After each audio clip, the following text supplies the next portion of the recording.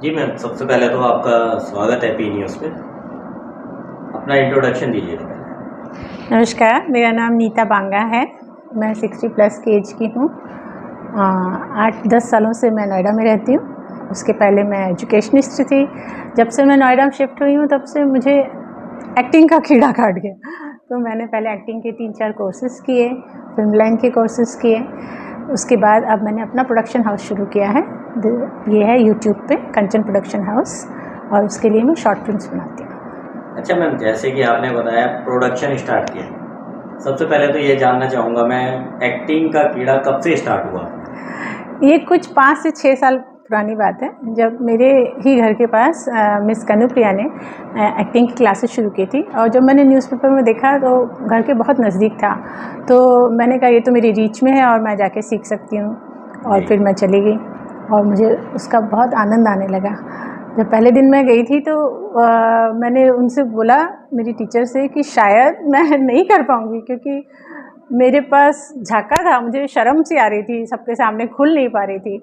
तो उन्होंने मुझे कहा कि नीता जी, आप जब आती हैं तो हम सब शूज़ उतार के आते हैं अंदर, तो आप जब शूज़ उतारती हैं तो आप अपनी पर्सनालिटी को उसके साथ उतार के रख दीजिए।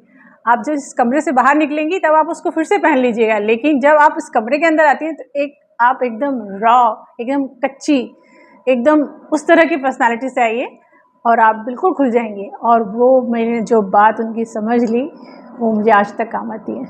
जी।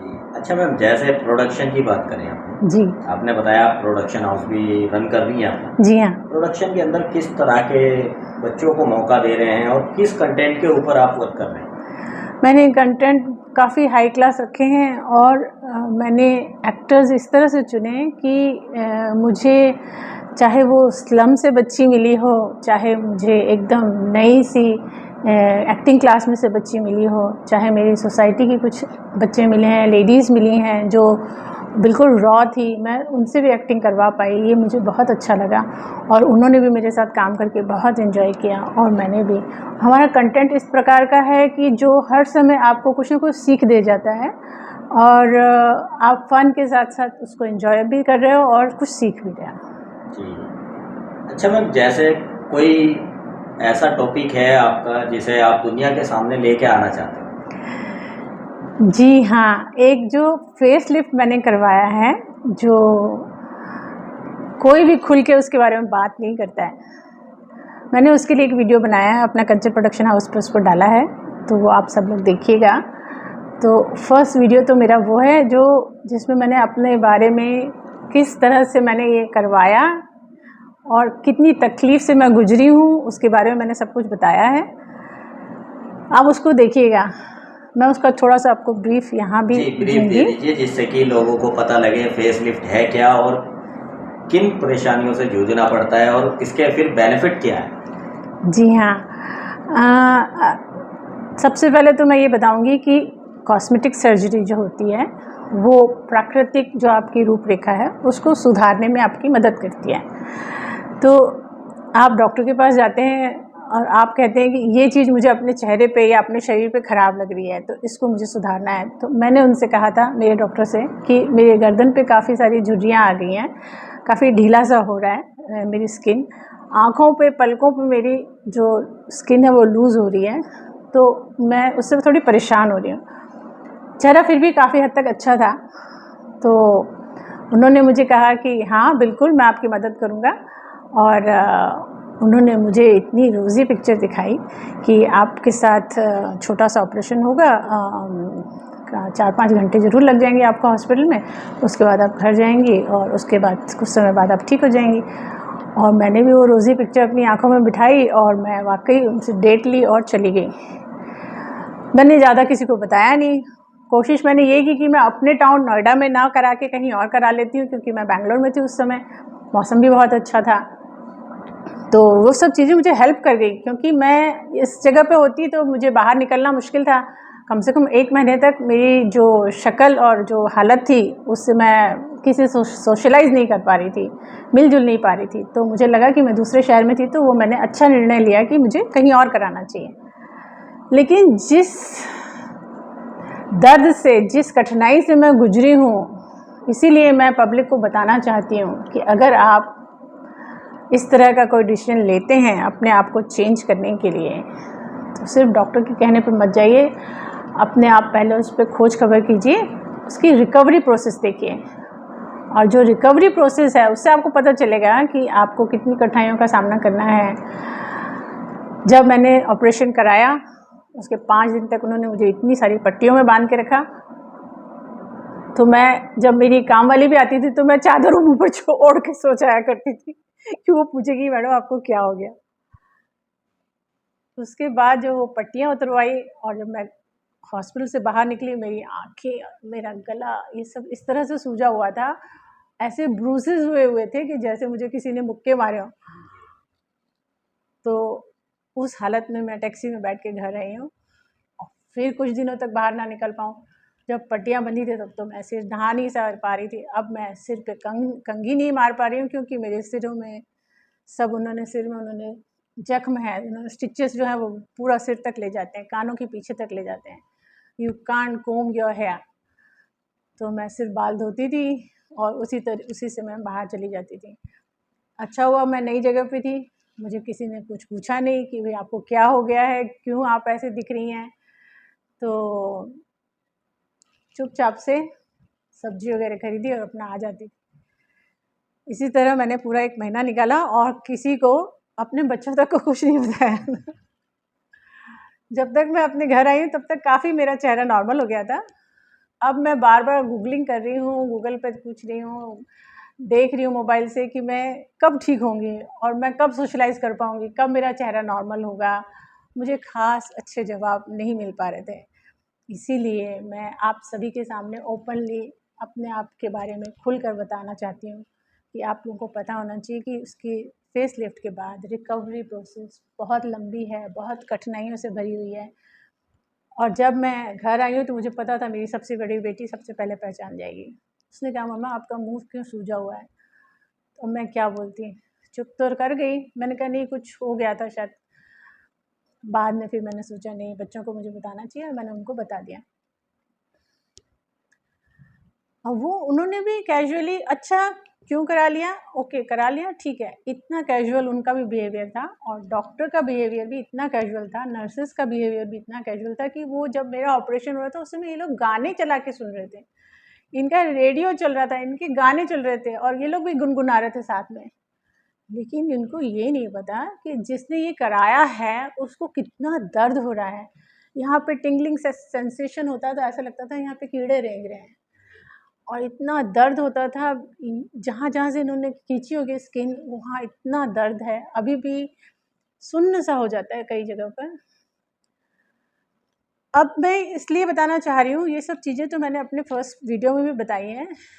आज जो मेरी कंडीशन है 5 महीने के बाद, जो कान के पीछे के स्टिचेस हैं वो गर्मी के कारण, जो अपनी नॉर्थ की गर्मी है उससे पसीना जब आता है तो उसमें इतना इरिटेशन हो रहा है, इतना खिंचाव पैदा हो रहा है। अब मैं वही प्रे करती हूँ कि कब ठीक होंगी। अब हमारी ये उम्र होती है जो 60 साल की बाद की उम्र होती है, दादी और नानी बनने की उम्र होती है। मेरा एक ग्रैंड चाइल्ड आया, हम इतने खुश, इतने प्यारे बच्चा है। अब मैं उसको उठाती थी गोदी में, उसका गर्दन अचानक से मेरे गालों पे ठक करके लगता था। उस दर्द को मैं एकदम मीठा सा दर्द समझ के सहन करती थी और मुझे बहुत प्यार आता था, लेकिन वो दर्द होता था। तो मैं ये बताना चाहती हूँ कि छोटे बच्चे के साथ भी फेसलिफ्ट कराने के बाद अगर आप डील कर रहे हैं तो इसका मतलब आपको तकलीफ़ हो सकती है। तो काफ़ी सारी ऐसी चीज़ें हैं जो एक आम आदमी उसके बारे में नहीं सोचता है। उसको ग्लैमर वर्ल्ड दिखता है कि एक्टर एक्ट्रेसेस कराते हैं। आजकल फीमेल के साथ साथ मेल मेंबर्स भी, मेल एक्टर्स भी सब यंग और स्मार्ट दिखना चाहते हैं। तो अपनी सुंदरता को बनाए रखने के लिए हर कोई आजकल प्लास्टिक सर्जरी, कॉस्मेटिक सर्जरी की तरफ जा रहा है। पहले ये बहुत महंगा हुआ करता था, आज ये पॉकेट फ्रेंडली है। हर एक आदमी भी, एक आम आदमी भी उसके बारे में सोच सकता है, करवा सकता है, दो राय नहीं है इसमें कोई भी। तो आप सोच समझ के डिसीजन लीजिएगा, क्योंकि आपको पता होना चाहिए कि आप किस कठिनाई से गुजरने वाले हैं। जी मैम, ये तो हो गई फेस लिफ्ट की बात। वो आपका चेहरा ही बता रहा है जी आप कितनी तकलीफ से उभरे हो और क्या क्या तकलीफें फैमिली ने भी झेली है, जी क्योंकि आपने बताया आप 1 महीना बैंगलोर में थे। जी हाँ। तो वहाँ से आने के बाद बच्चों का रिएक्शन, हस्बैंड का रिएक्शन या फिर छोटे बच्चे हैं उनका रिएक्शन देख के वो आपका फेस खुद बता रहा है कि आपने किस तरीके से उन्हें झेला है। अच्छा, जैसे आपने फेस लिफ्ट करा लिया, फैमिली के साथ आ गए, हस्बैंड का सपोर्ट, फैमिली का सपोर्ट कितना रहा? हस्बैंड का सपोर्ट तो अनकंडीशनल था। पैसे भी मैं उन्हीं से लेके गई थी। उन्होंने ही अखबार वाले को या सब्जी वाले को या कोई भी गेट पर आ रहा था तो उन्होंने ही खोला दरवाज़ा कि भाई इसको बाहर ना जाना पड़े, और पूरी तरह से सपोर्ट किया। कि मैंने कहा जब तक मैंने उनको नहीं बोला आप किसी को हम नहीं बताएंगे, उन्होंने नहीं बताया, बच्चों तक को नहीं बताया। तो बच्चों का रिएक्शन तो यही था कि आपने अपना खुद डिसीजन लिया है तो आपकी मर्जी, जो ऐसे भी आपने।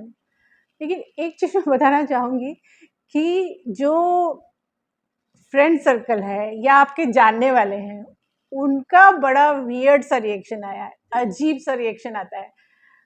कोई तो एकदम देखता रह जाता है, कोई बड़े वियर्ड सा सवाल पूछ लेता है, कईयों ने तो झगड़ा कर लिया कि कराया क्यों तूने जब तेरे को इतनी तकलीफ हुई।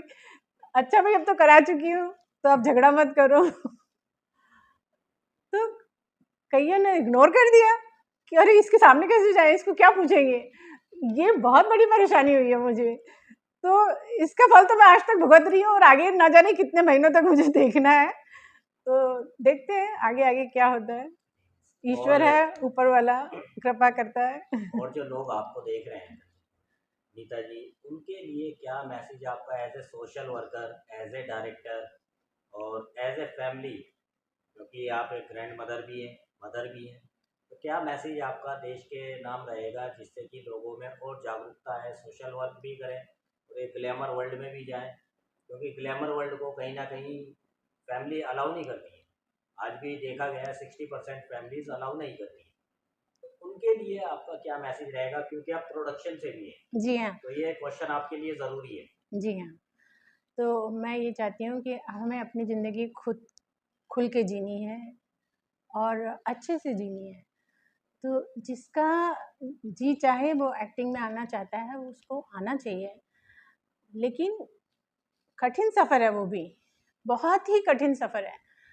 इतने सारे एक्टर्स ट्रेनिंग लेके भी वो कुछ भी नहीं हासिल कर पा रहे हैं।